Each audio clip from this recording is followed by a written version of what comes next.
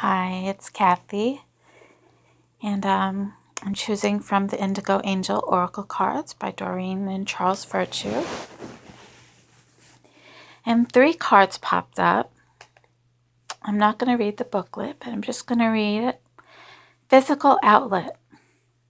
So we all need to go for a walk, do a little dancing, do something that will release some energy.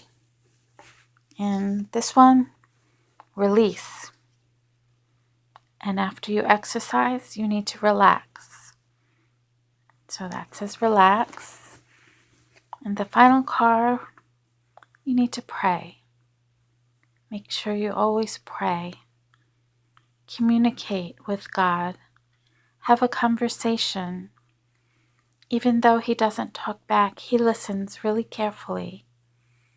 And I believe He'll speak into your heart and give you inspiration. So, the autobiography of Reverend Sun Myung Moon. And it's just a little passage here. He was put in prison because of his religious beliefs in a communist prison. He says, "I did not fear life in prison. It was not as if this were the first time for me. Also, there was a hierarchy among the prisoners in each cell, and I was quite good at becoming friends with the head prisoner at the top of this hierarchy. All I had to do was exchange a few words, and any head prisoner would quickly become my friend. When we have a heart of love, we can open anyone's heart." Oh my gosh, I wish I had that heart of love where I could just talk to someone and open their heart. Isn't that a beautiful gift that He has? Let's see if there's anything more I can read. Okay, let me read a little more. After I had been in the cell, sitting in the farthest corner for a few days, the head prisoner moved me to a higher position. I wanted to sit in a tiny corner next to the toilet, but he kept insisting that I move to a higher position in the cell. No matter how much I refused, he insisted. After making friends with the head prisoner, I looked carefully at each person in the cell. A person's face tells everything about him. "Oh, your face is this way, so you must be this way. Your face is such a way, so you must have such a trait." The prisoners were surprised to find how much I could tell them about themselves simply by reading their facial features.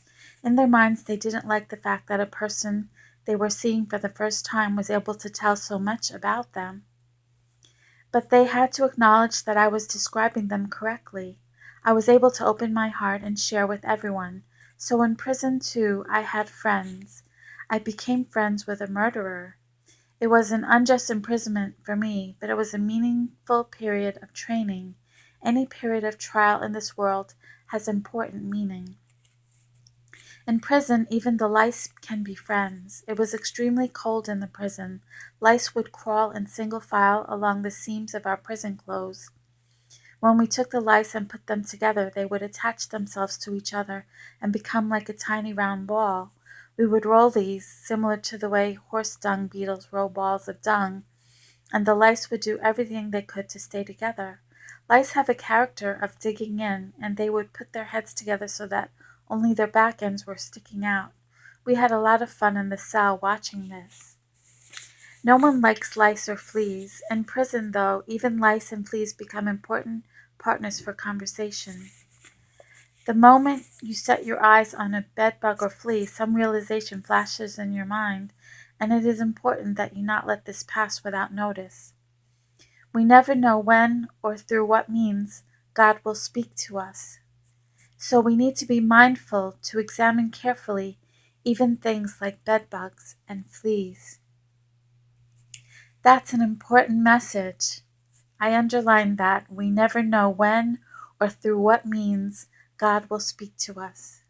So be Be gentle, be meek, be attentive, be watchful, and see when God is speaking to you.